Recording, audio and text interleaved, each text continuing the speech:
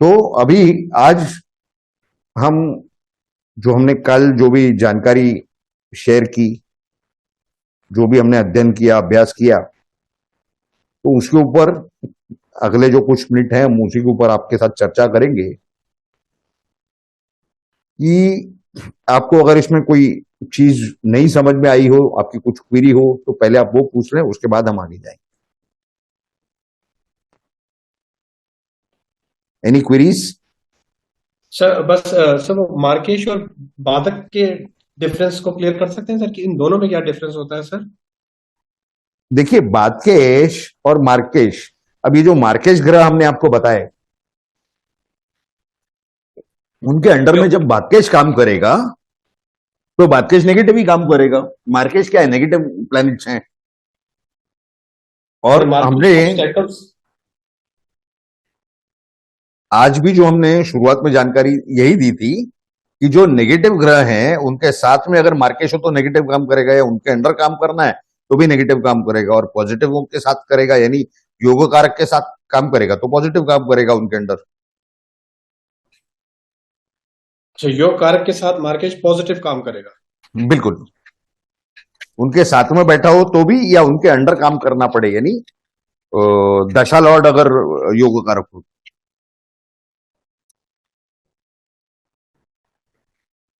इतना ही होगा कि अगर वो नेगेटिव प्लैनेट यानी मार्केश के साथ बैठा ही है तो, और कंजंक्शन है, तो वो पूरे गुण जो है वो बाधक में आ जरूर जाएंगे, लेकिन वो नुकसान नहीं कर पाएगा। जहां हो सकेगा वो भलाई कर पाएगा, नेगेटिविटी उसकी खत्म हो जाएगी वहां पर, क्योंकि इट हैज टू वर्क, यानी जो योग कारक के अंडर काम करना पड़ रहा है तो बंद जाएगा वहां पे उसकी नेगेटिविटी।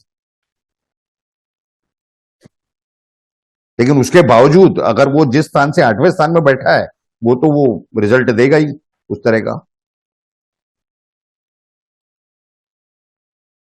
इसी वजह से कोई भी ग्रह चाहे कितना भी अच्छा हो चाहे कितना भी बुरा हो, न वो पूरा अच्छा हो सकता है ना पूरा बुरा हो सकता है। यही प्रिंसिपल भावों पर भी अप्लाई होता है, हाउसेस पर भी अप्लाई होता है।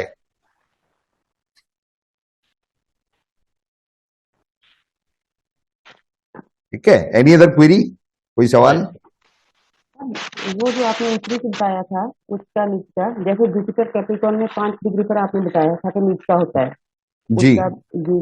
तो अगर 15 डिग्री का होगा तो कैप्रिकॉर्न में। जब तक वो अपने नीच राशि में, वो नीच का ही माना जाएगा, और जब वो उच्च राशि में आएगा तो उच्च राशि का ही माना जाएगा, नहीं उच्च माना जाएगा। ये तो थियोरेटिकल हमने आपको वो डिग्रीज बताए थे कि आपको ये अंदाजा लग सके उस समय कि अगर उसकी दशा या महादशा चल रही है या शुरू हो रही है तो वो नीच स्थान की तरफ जा रहा है, यानी नीच स्थान वाली जो उसकी पॉइंट है उस तरफ जा रहा है या वहां से निकला हुआ है। ठीक है? किस तरह के इफेक्ट्स उस ग्रह से हमें देखने मिल सकते हैं, परिणाम हम किस तरह के एक्सपेक्ट कर सकते हैं। अगर उसकी वो जो नीच स्थान वाली या वो जो लोएस्ट पोजीशन वाली डिग्री थी उससे वो 10-12 डिग्री आगे जा चुका है और उसी राशि में है, तो है वो नीच स्थान वाली राशि में। लेकिन क्योंकि वो आगे बढ़ चुका है उस पॉइंट को क्रॉस करके, यानी उसका पावर आहिस्ते आहिस्ते बढ़ता गया है। राइट? अगर वो आपके लिए नीच ग्रह यानी नेगेटिव ग्रह है, मार्केश है, और वो नीच स्थान में है तो पावरलेस हो गया, वो तो अच्छा है। लेकिन अगर वो पावरलेस सिचुएशन से वो डिग्री को छोड़ करके निकला है मार्केश ग्रह, और 10 डिग्री आगे जा चुका है, तो उसको में थोड़ा तो पावर आ गया है ना, तो वो आपका हानि अगर कर सकता है, नुकसान कर सकता है, तो नीच से जो एक्सपेक्टेशन कर रहे थे हम नुकसान की, उससे ज्यादा हम एक्सपेक्ट करेंगे। राइट? इस चीज का अंदाजा आ सके इस वजह से हमने आपको ये डिग्रीज बताई थी।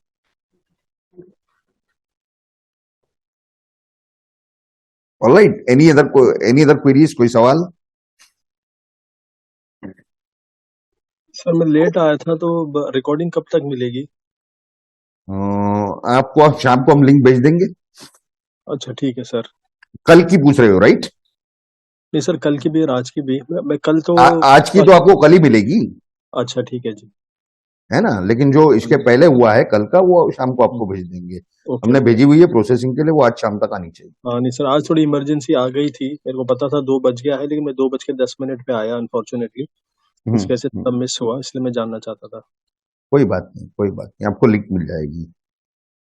अब क्योंकि अगले क्लास में हम बेसिक केपी एस्ट्रोलॉजी की शुरुआत करने जा रहे हैं, तो उस वो शुरू करने के पहले ये जरूरी है कि हम ये समझ ले कि आपको अब तक जो सिखाया गया है वो सही तरीके से समझ में आया या नहीं आया। अगर किसी की कुछ क्वेरीज हैं अभी भी, तो पूछ सकते हैं।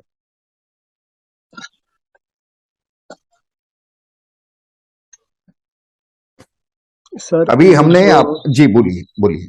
नहीं, जो आपने नहीं भी बताया है वो उसके बारे में पूछ सकते हैं। हाँ जी, बोलिए ना। मतलब जो, हाँ मतलब जैसे ये शनि जिस भाव में बैठता है उस भाव की वृद्धि करता है, बृहस्पति जिस भाव में बैठता है उस भाव की हानि करता है, तो ये कॉन्सेप्ट के बारे में मेरा डाउट था। अब शनि कौन राशि में भी है तो वो 8वें भाव को बलि करेगा, मतलब 8वें भाव के जो नेगेटिव इफेक्ट्स है उनको वो ठीक करेगा, कि वो 8वें भाव के फल देगा? और वो चूंकि अपनी स्वराशि भी है तो इसको कैसे फलित करेंगे? कि बहुत सिंपल है, वो अगर स्वराशि में बैठा है, मूल त्रिकोण राशि वहां पर है, तो 8th हाउस को स्ट्रांग करेगा वो, है ना।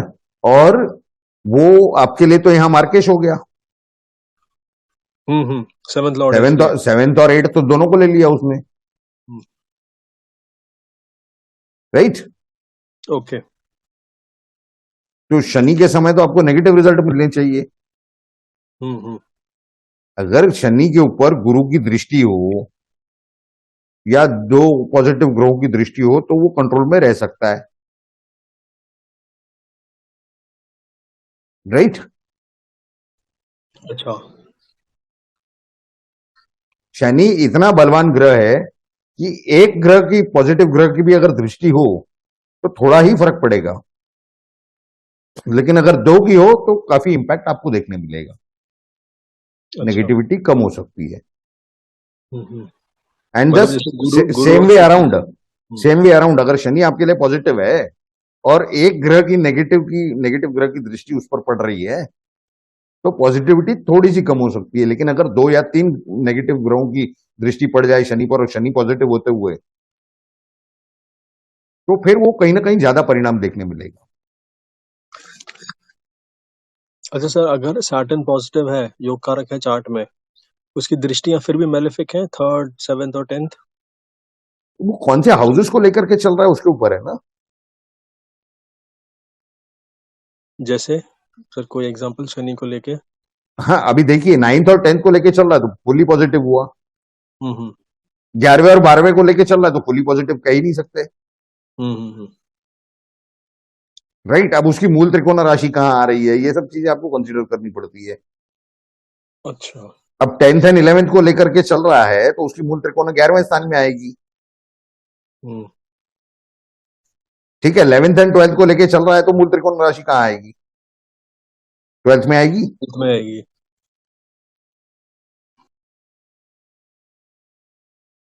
अब उसकी दृष्टि अगर है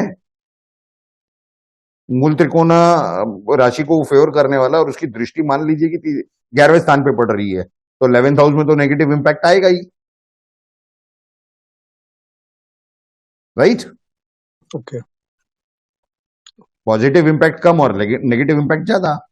लेकिन अगर आप उल्टा देखोगे हम्म कि 8वें स्थान से दृष्टि पड़ रही है 10वें स्थान में, हम्म और 10वें स्थान में 11वें स्थान में मूल त्रिकोण राशि हो, हम्म 8वें स्थान से तीसरी दृष्टि पड़ी 10वें स्थान में, हम्म। तो रिजल्ट पॉजिटिव होगा कि नेगेटिव होगा, आप बताइए। नेगेटिव होना चाहिए। पॉजिटिव ही होना चाहिए। मतलब वो इंसान को उस शनि की महादशा या भुक्ति वगैरह में उस समय उसे कुछ ना कुछ एंसेस्ट्रल गेन्स हो सकते हैं, या कोई इंश्योरेंस से गेन्स हो सकते हैं, अनअर्न्ड वेल्थ मिल सकता है, राइट। अच्छा।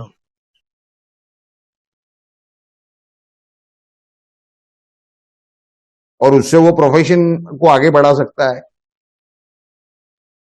प्रोफेशन को अपग्रेड कर सकता है, प्रोफेशन को एक्सपेंड कर सकता है, राइट। हम्म। तो इस तरह से ये कनेक्शन देखे जाते हैं। हम्म। सर, जो तीसरी दृष्टि, इससे गेन्स कैसे हो सकते हैं? मतलब 8th हाउस अनअर्न्ड वेल्थ हुआ और सैटर्न वहां पर है 8th हाउस में, 10th हाउस ऑफ प्रोफेशन पे वो देख रहा है। 11th हाउस में मूल त्रिकोण राशि है। अच्छा, ओके, 11th हाउस मूल त्रिकोण राशि, ओके ओके, गॉट इट, ठीक है। तो इस तरह से ये पूरा देखा जाता है। तो ये जब आप देखोगे तो हमने एक और आपको डिस्पोजिटर थियरी बताई थी इसके अंदर ही, राइट। अब ये डिस्पोजिटर थियरी क्या थी कि लैंडलॉर्ड की थी कि यहां पर जैसे केतु शुक्र के राशि में है तो शुक्र के पूरे काम वो करेगा,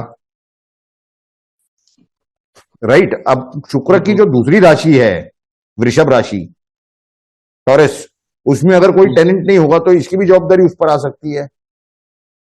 अगर वहां एक प्लेनेट होगा तो कब लोड आएगा इनके ऊपर। हम्म। तो ये सब चीजें ध्यान में रखनी पड़ती हैं at the time of prediction in Vedic astrology. अब वैदिक एस्ट्रोलॉजी में इतने योग हैं, इतने दोष हैं और काफी सारी चीजें हैं जो कि जितना आप जानकारी पाओगे उसमें कंफ्यूजन की जो संभावना है वो उतनी ही ज्यादा बनी रहेगी। जी सर।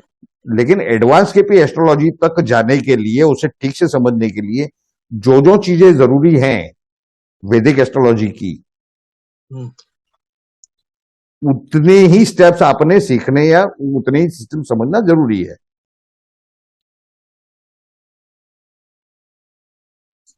Okay, right.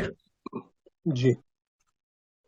तो ये था आज हमारा बेसिक वैदिक एस्ट्रोलॉजी का जो second part, second class, second session.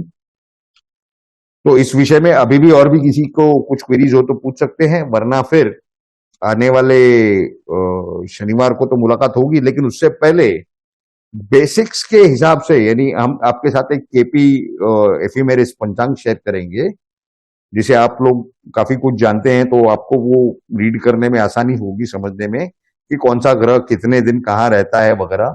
जिसे नहीं पता है उसे तो वो देख करके अंदाजा आ जाएगा एक चीज।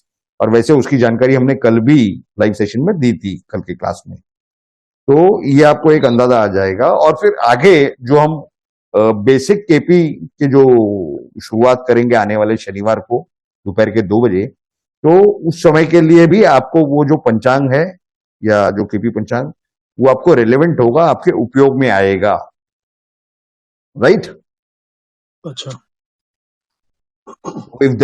किसी का कुछ सवाल बाकी हो तो पूछ लीजिए, वरना फिर हम आने वाले हफ्ते में, नेक्स्ट वीक शनिवार के दिन फिर अपनी मुलाकात होगी, ठीक है। अच्छा सर, क्लास ड्यूरेशन के अलावा जस्ट इन केस अगर कोई क्वेश्चन आते हैं माइंड में तो वो लिख के रख लें, और क्लास के बाद फिर आपसे पूछे शनिवार को, तो जल्दी जल्दी आप उनको क्लियर कर पाएंगे ना? या नो प्रॉब्लम, वो तो आप मेरे से फोन पे भी बात कर सकते हो, ऐसी कौन सी बड़ी बात है। अच्छा अच्छा, ठीक है, ठीक है ना। ठीक है सर। हाँ जी सर, अगर वैसे सपोर्ट दे रहे हैं तो बहुत अच्छा है।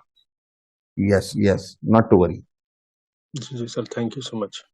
चलिए, तो आप सभी का बहुत बहुत धन्यवाद। आने वाले शनिवार को फिर दोबारा 2 बजे हमारी मुलाकात होगी लाइव सेशन में, और केपी बेसिक केपी एस्ट्रोलॉजी पर हम शुरुआत करेंगे। आप सभी का बहुत बहुत धन्यवाद। थैंक यू भारत सो माता मच। की जय। जय श्री राम। जय Shri Ram sir, thank you. Thank you so much.